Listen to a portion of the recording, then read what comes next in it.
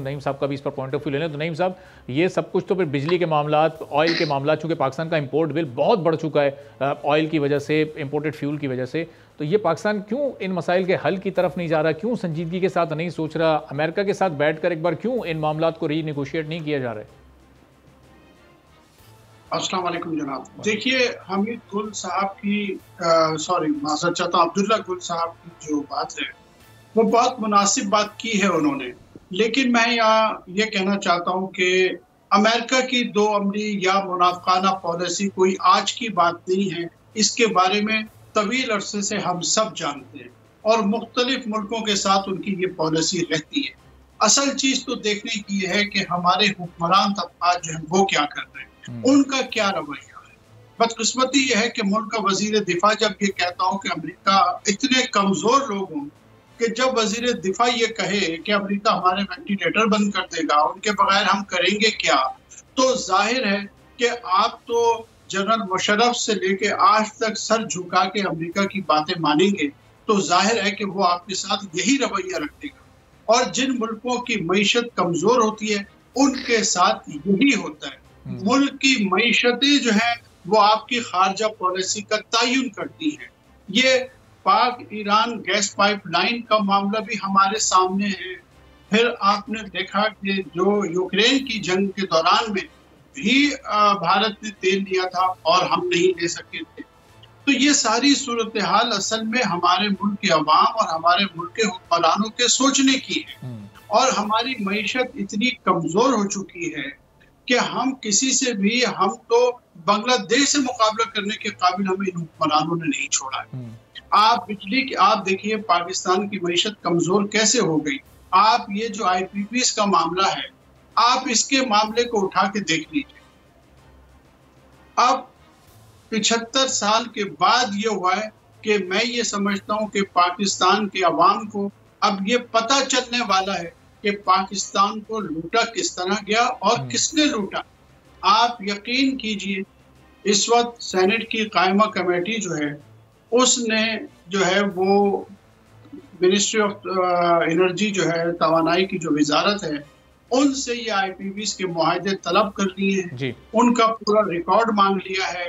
उन मुआहदों में जो रद्द-बदल किया गया है, जो कैपेसिटी की पेमेंट्स की गई हैं, इसके मालकान कौन है, कौन लोग इन्वॉल्व हैं, अगर ये सारी तफसीलात मिल जाती हैं तो आप ये यकीन कर लीजिए कि ये पाकिस्तान की तारीख के सबसे बड़ा करप्शन का केस होगा। और नहीं साहब, ये तफसीलात मिलने के बाद फिर वो उन किरदारों को मुंतकी अंजाम तक भी पहुंचाया जाए, तभी कुछ मामला बेहतर हो सकते हैं। वरना तो फिर कोई कमेटी बन गई, मामला आया गया हो गया, कोई कमीशन बन गया, तो फिर तो ये कोई हल नहीं निकल सकेगा इस मामले का। मैं ज़रा वापस आपकी तरफ आता हूँ। ठीक है, तो अब नईम कुरैशी साहब, ये जिस बहादुरी, अहमियत और रेजिलियंस की बात कर रहे हैं इस वक्त अब्दुल्ला हमीद गुल साहब, ये कौम हुक्मरानों को सिखाएगी या समझाएगी? पिछले तो कई दहाइयों में ऐसा नहीं हो सका, कई हुक्मरान आए, सबका रवैया कमोबेश एक जैसा ही रहा है। अमेरिका के साथ इसी तरह की डील्स, IMF प्रोग्राम्स में जाना, तो ये मामलात अब क्या कोई ऐसा नुक्ता आगाज आपको नजर आ रहा है कि जहां से बेहतरी की कोई उम्मीद हो? देखिए, जहां तक अब्दुल्ला गुल साहब की बात का ताल्लुक है, मैं उनकी बात को एंडोर्स करता हूं। मैं यही कहना चाहता था कि पाकिस्तान के हुक्मरानों ने पाकिस्तान को इतना कमजोर कर दिया है। मुशर्रफ साहब भी ढेर हो गए और ये जितने हुक्मरान आज तक आए वो सब ढेर होने वाले हैं।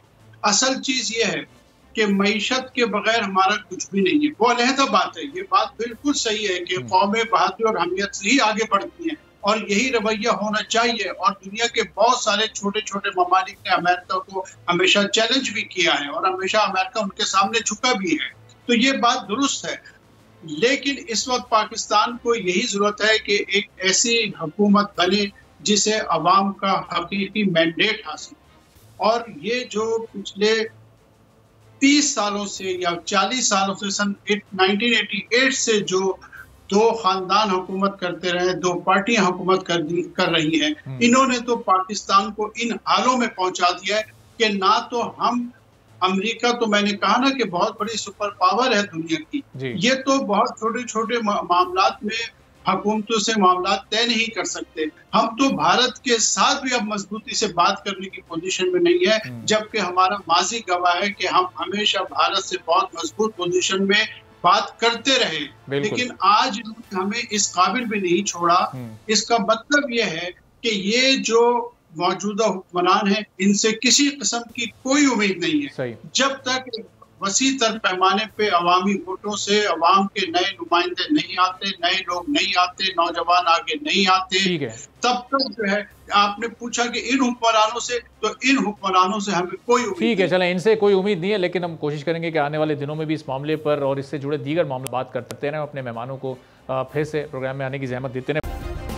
सब्सक्राइब करें और बेल दबाएं ताकि कोई खबर रह न जाए।